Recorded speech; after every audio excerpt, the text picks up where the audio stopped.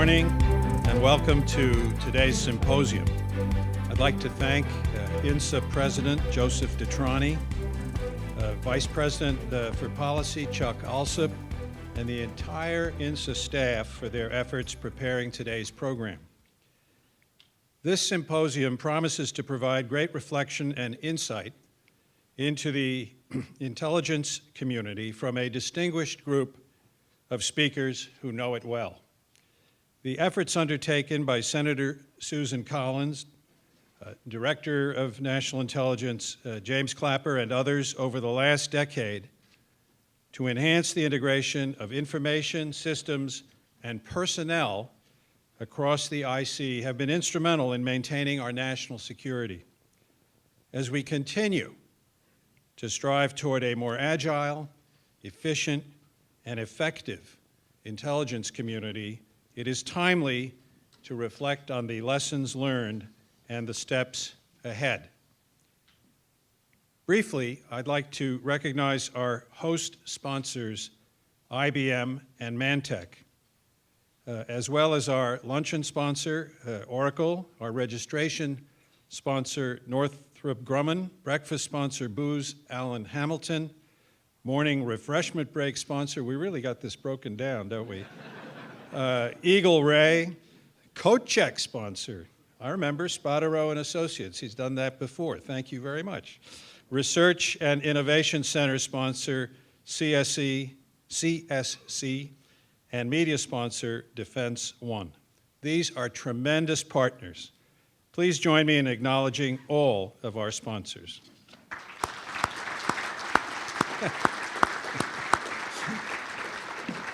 It's now my pleasure to introduce Senator Susan Collins of Maine. First elected to the United States Senate in 1996, Senator Collins has been a leader on intelligence, homeland security, and national defense issues, demonstrating policy expertise and influence for nearly 20 years. She served as chairman of the Homeland Security and Governmental Affairs Committee from 2003 to 2007, followed by 4 years as the committee's ranking member until 2012. She also served on the Armed Services Committee from 2001 to 2012. Along with Senator Joe Lieberman, she co-authored the Intelligence Reform and Terrorism Prevention Act of 2004. This legislation is why we are here today. It significantly reshaped the intelligence community with the ODNI, the NCTC, Joint Duty, Security Clearance Reform, and the Privacy and Civil Liberties Board among its key initiatives. She continues her national security work today as a member of the Senate Select Committee on Intelligence, and I'm delighted, Senator, that you are on that committee. And as a member of the Appropriations Committee, she is subcommittee chairman on transportation appropriations and housing, and a senior member on defense appropriations. And I would be remiss not to mention her perfect attendance record, having never missed a vote on the Senate floor. Please join me in welcoming Senator Susan Collins of Maine to the podium.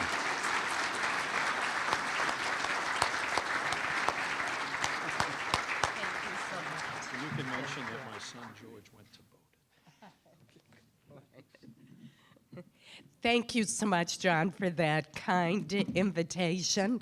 I also very much appreciate that your son went to Bowdoin College, a great place in Maine. And I have to say that this is the first conference that I have ever attended where someone sponsored the coat check. That really is organized. I'm delighted to kick off today's events. Unfortunately, as my chief of staff, who is a former athletic director at the university, would say, I'm playing hurt, but I'm not going to let the nasty cold that I have prevent me from joining you today. Just keep the 3.5 feet distance at all times. This room is brimming with patriots and dedicated public servants and talented private sector partners. We're very fortunate today to have not only John Negroponte, but also two other past directors of national intelligence, Admiral McConnell and Admiral Blair, with us. And I understand that the current DNI will be joining you later today. So let me begin by describing the all-consuming 5 months of legislative activity that led to the enactment of the Intelligence Reform and Terrorism Prevention Act of 2004, because that history has ramifications for the substance of the bill that ultimately was signed into law. When I reflect on those 5 months, there were 3 factors that led to the passage of the sweeping intel reform law. First, when the 9/11 Commission released its final report on July 22nd, 2004, the Senate leadership assigned to Senator Joe Lieberman and me the task of developing the legislation to implement its recommendations. I was chairman of what was then the Senate Governmental Affairs Committee, and Joe was the ranking member.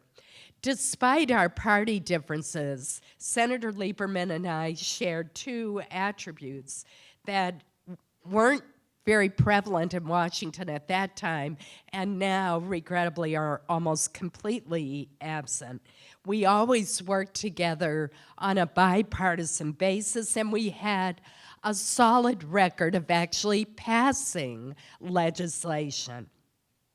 So rather than sending the 9/11 Commission recommendations to the Armed Services, Judiciary, or Intelligence Committees, all of whom felt that they had a clear claim for jurisdiction, but where the leaders feared that bureaucratic turf wars that we needed to rise above might be exacerbated, the Senate leaders assigned to our committee the job of translating the recommendations into legislation.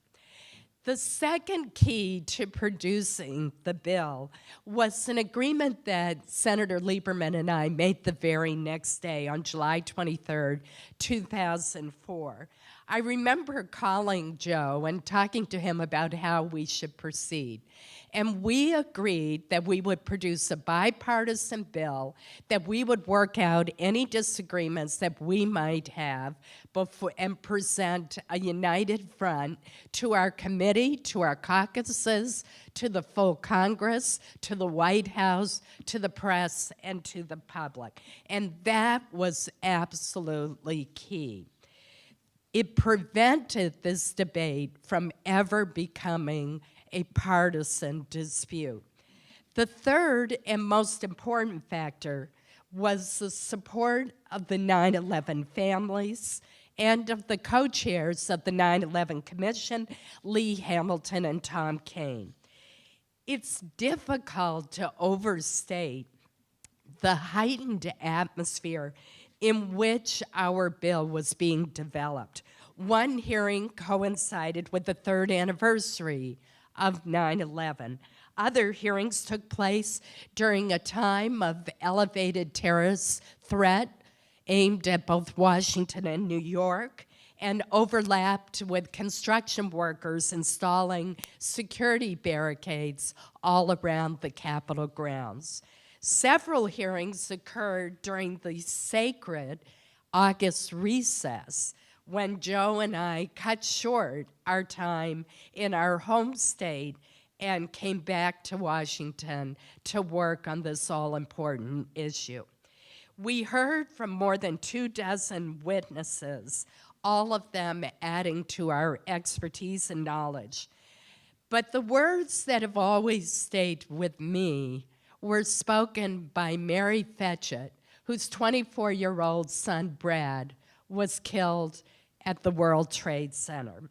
She said, "When American lives are at stake, indifference or inertia is unacceptable. When critical reforms are implemented to make our country safer, I will know that neither Brad's life nor the lives of nearly 3,000 others who perished on September 11th were lost in vain." And those were the words that motivated me through the extremely difficult negotiations, when at times it seemed that it would be impossible for us to ever get a bill. After much debate and consideration of some 300 amendments, the comprehensive bipartisan bill that we reported unanimously out of our committee passed on the Senate floor by a vote of 96-2, and even those two were bipartisan. It would be easy to misconstrue this overwhelming vote as a sign that the legislation would have smooth sailing, but in fact, rocky shoals lay ahead of us.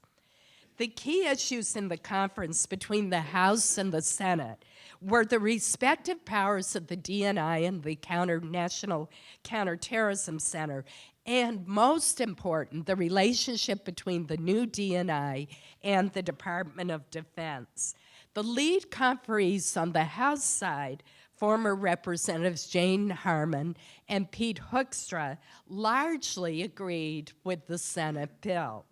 Nevertheless, the conference negotiations were like that arcade game of whack-a-mole.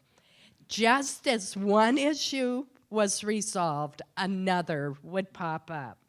Many was a day that I thought the bill was dead. But by November 20th, 2004, we thought we had all the moles whacked. Then, in the late afternoon, the House adjourned for Thanksgiving without voting due to the objections of two powerful House chairmen who did not want to see a bill pass. We called that day Black Saturday because the conventional wisdom was that the bill was dead. No one would want to come back for a few days after Thanksgiving to work on such a difficult bill. But those of us who believed in the bill and were inspired by the 9/11 families refused to give up. I remember talking to Joe the day after Thanksgiving, and we talked about Mary Fetchett's words, and we said, we've got to give it another try. In order to get a bill, we had to figure out how to satisfy the concerns of the House Armed Services Committee Chairman, Duncan Hunter, who was convinced that a strong DNI would somehow compromise the intelligence that flowed to our troops in Iraq, and that it would undermine the chain of command. I think that Michael Allen, who's here today, and others who were involved at the time, will confirm that it was no secret that Secretary Rumsfeld was not a fan of the bill, despite the president's strong support for it. Secretary of State Colin Powell, on the other hand, and we all know he's a former chairman of the Joint Chiefs of Staff, had testified that our bill would actually improve the quality of military intelligence, but we simply could not convince the House chairman of that. Then on the evening of Sunday, December 5th, I was working late, consulting with my staff and with the White House. Without an agreement by the next day, time was going to run out. The leaders had made clear to us that there were so few days left in the session that if we didn't get an agreement, then we were done. We proposed language saying that the bill shall respect and not abrogate the authority of the cabinet secretaries.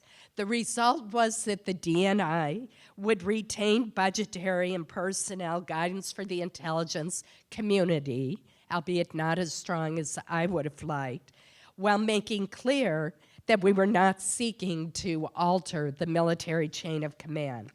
I sent a BlackBerry message to Joe Lieberman, who happened to be at the Kennedy Center that night. And I didn't expect to hear back from him till the next day. But in the middle of Billy Joel playing a tribute to Elton John, he got my message, concurred with the change without missing a beat. So at 11:24 p.m. on that Sunday night, I had been back and forth with the White House, which had been back and forth with Chairman Hunter, and we finally had an agreement at the very last minute.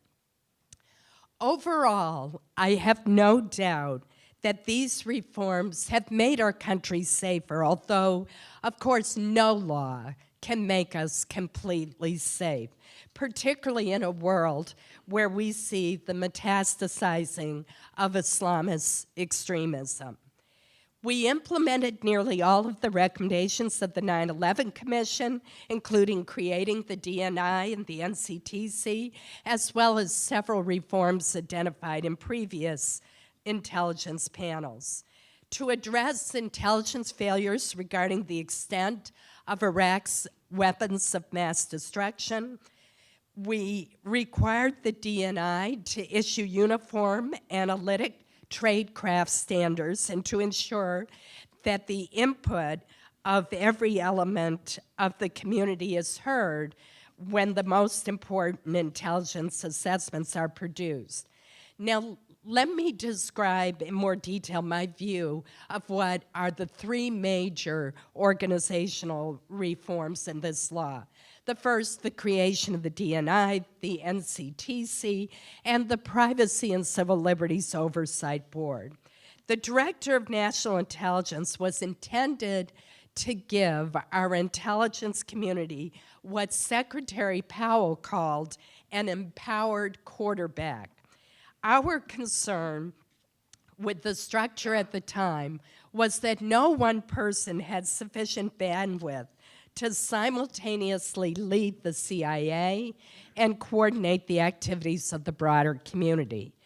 This concern was validated by the testimony from previous DCIs and from the conclusion of the 9/11 Commission, which memorably said that good people could overcome bad structures, but they shouldn't have to.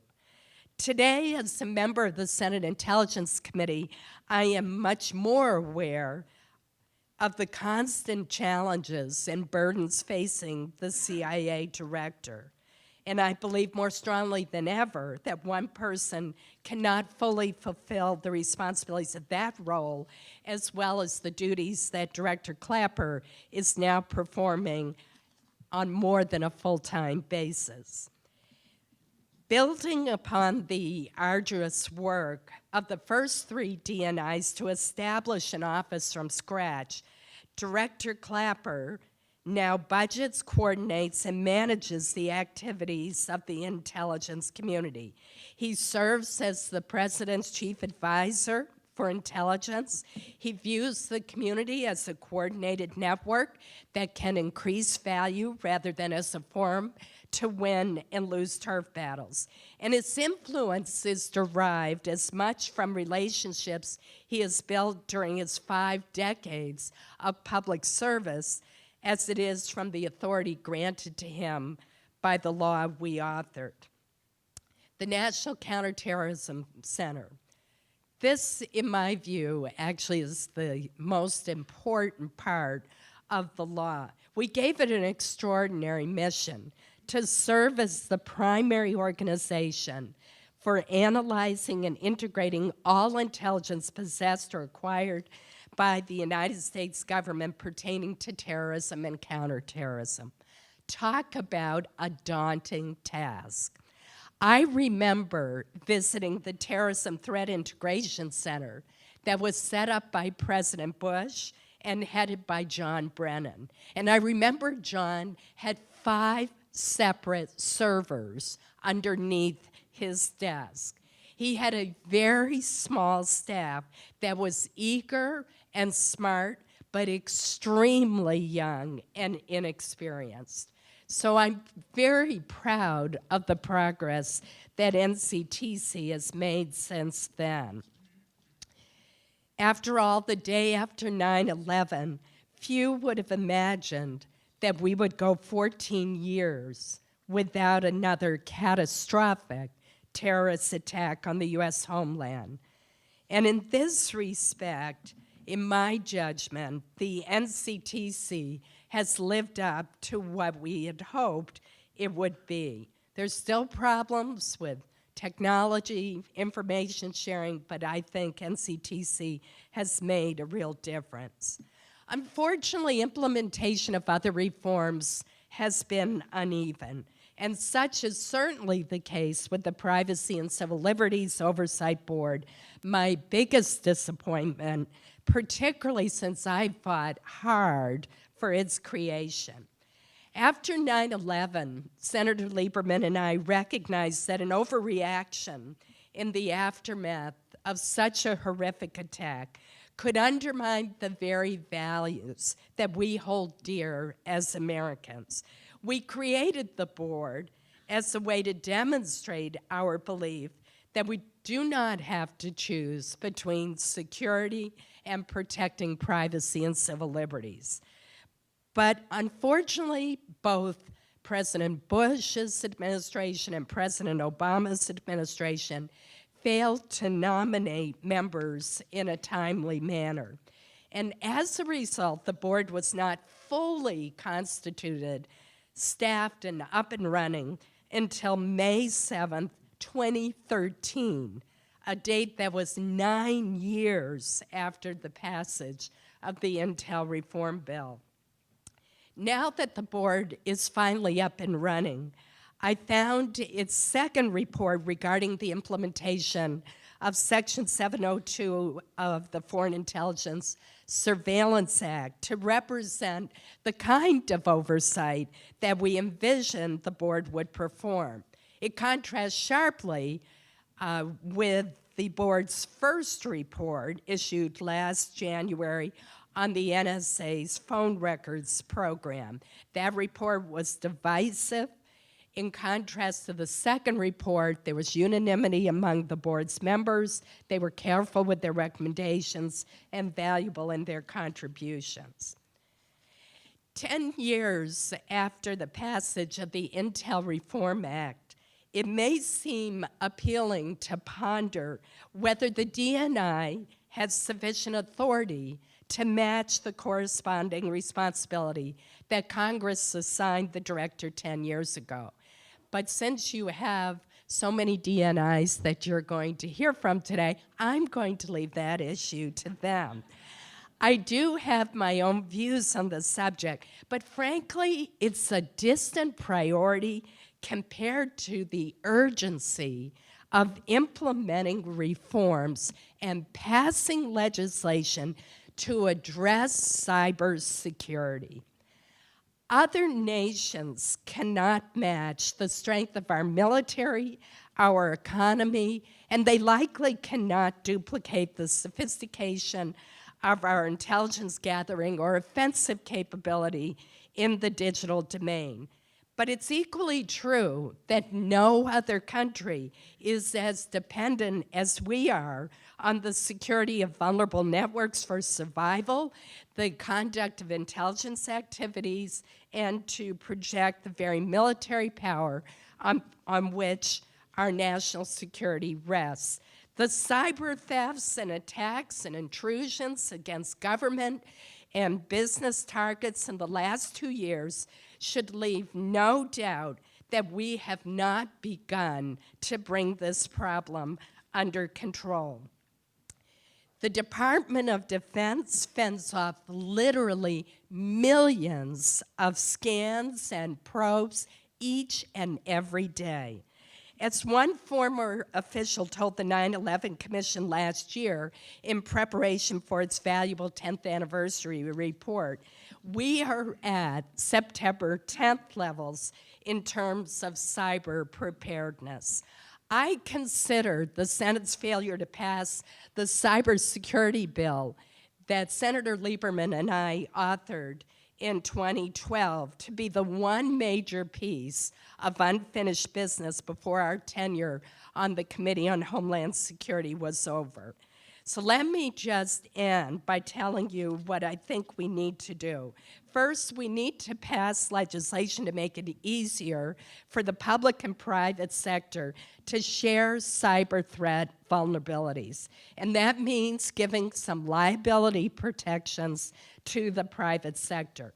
The Senate Intel Committee is scheduled to mark up such a bill as early as next week.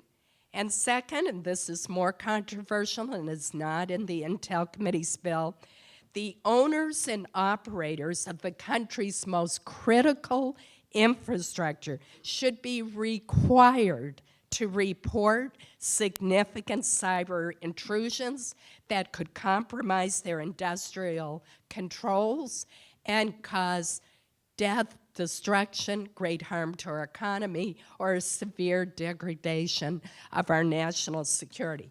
Think about it. Nearly every state requires, if there's a breach in the private sector, for consumers and customers to be notified. Defense contractors are mandated to report the loss of classified information. Surely, if cyber attacks are disrupting life-sustaining systems that our country depends on, they should warrant equal or even greater reporting to the federal government. There are other things we need to do. Zero-day vulnerabilities. The assistant director of the FBI's cyber division has testified that the malware in the North Korean cyber attack on Sony would probably have gotten past 90% of the defenses that are out there today in both industry and in government. Simply put, intrusion detection systems like the Department of Homeland Security's INSA system cannot identify signatures they are not aware of. So now more than ever, the intelligence community can benefit from the kind of private sector innovation that is out there and that NQTEL seeks to foster. The risk posed by insider threats, the challenge of securing information systems, and the exploitation of social media by terrorist groups are just a few of the challenges where the creativity and the insights of American high-tech companies could contribute to the extraordinary work already being performed by the community. Finally, no discussion about the intelligence community would be complete without addressing the challenge posed by insider threats aided by digital technology. What amazes me most about the cases involving Edward Snowden and Private Manning is that they did not enjoy special access as a result of their high rank or seniority. They did not have to rely on unique computer tools, and I've seen no public evidence that they required any foreign assistance in stealing the information that they took. How is it possible then that the intelligence community capable of such extraordinary cyber operations in the digital space failed to stop them before they caused irreparable damage? The hard truth is that it was a failure to implement basic security rather than a failure of the need to share culture that allowed Edward Snowden to walk off with so many of the community's secrets. And I think acknowledging that reality is crucial because some advocates of stovepiping and the need-to-know culture of old have pointed to the Snowden theft as proof that a need-to-share culture is incompatible with the security necessary to carry out intelligence activities. Working together, Congress, the intelligence community, and the private sector can and must work together to prevent the cyber 9/11 that we know will happen if we do not take action now. As Mary Fetchett reminded us more than a decade ago, indifference or inertia is unacceptable. Thank you.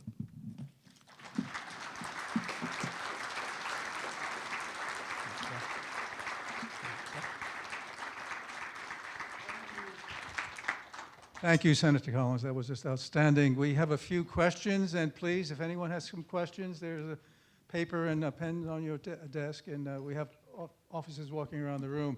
Just a few questions, if we may. Certainly. What in the 10-year history of the Intelligence Reform Terrorism Prevention Act has surprised you? How is the intelligence community different or better than you expected in 2004?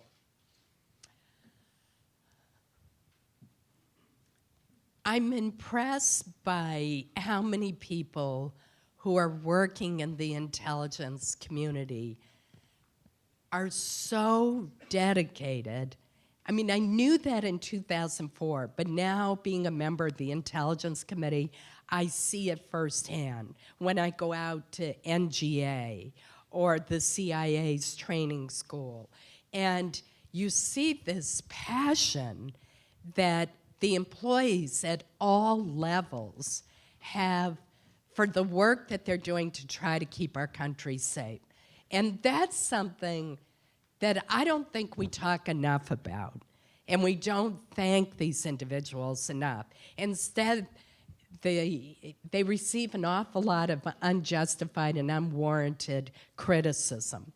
And I wish that the American people could see what I see when I go and visit with the employees at NCTC, or I visit NGA, or DIA, or the CIA, because these individuals are so committed to keeping us safe. And while I knew that in a theoretical sense in 2004, since I've been a member of the Intelligence Committee, I really see it. Thank you, Senator. Thank you so much. Second question, is it time to have a thorough review, a very, very intensive review, to review post-9/11 national security legislation, i.e. Homeland Security Act, the Intelligence Reform Terrorism Prevention Act, the Patriot Act? Should these legislative actions be reviewed and possibly implemented? I've always believed in oversight, and that reflects my many years as chairman on the Permanent Subcommittee on Investigations and as the chair ranking member of Homeland Security and the Governmental Affairs Committee. But I don't think that's the first priority. I think the first priority is to pass a cybersecurity bill. I think those three things need to be done: a review of the Department of Homeland Security, the Patriot Act, and the Intel Reform Bill. But I think we have got to get a cybersecurity bill passed first.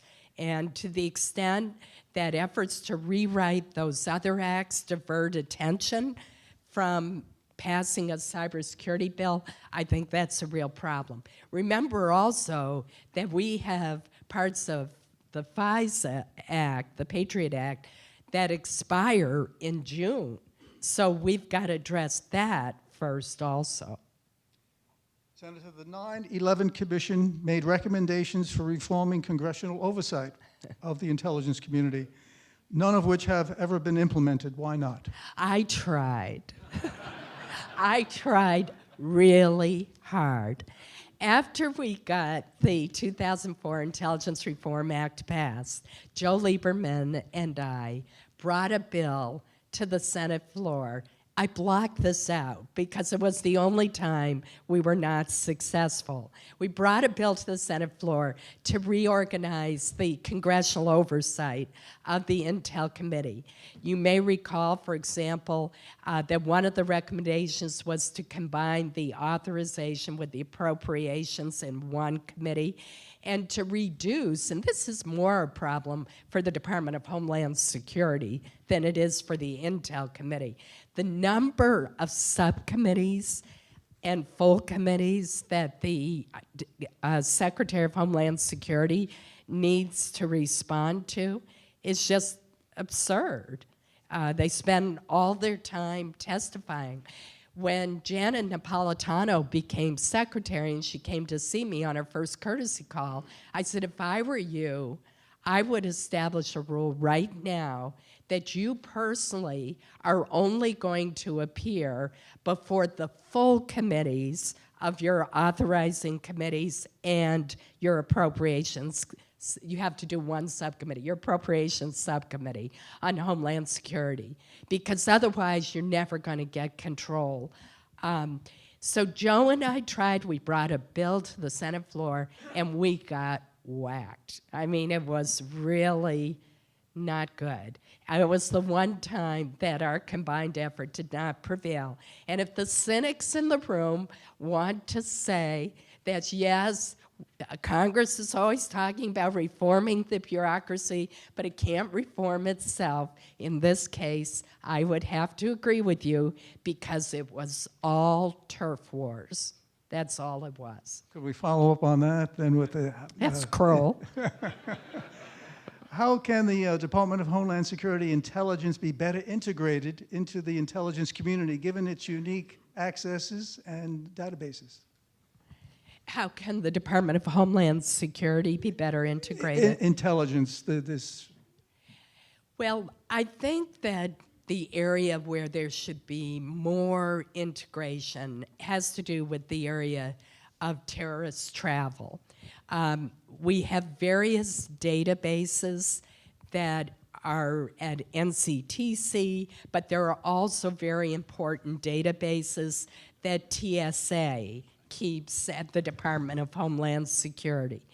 And I remember when the Christmas Day bomber case came up, and we found that there was a lack of communication and a lack and problems running the names through the databases. And part of it was that there were different spellings. Well, if I enter something into Google and I don't spell it just right, it comes up and says, do you mean X?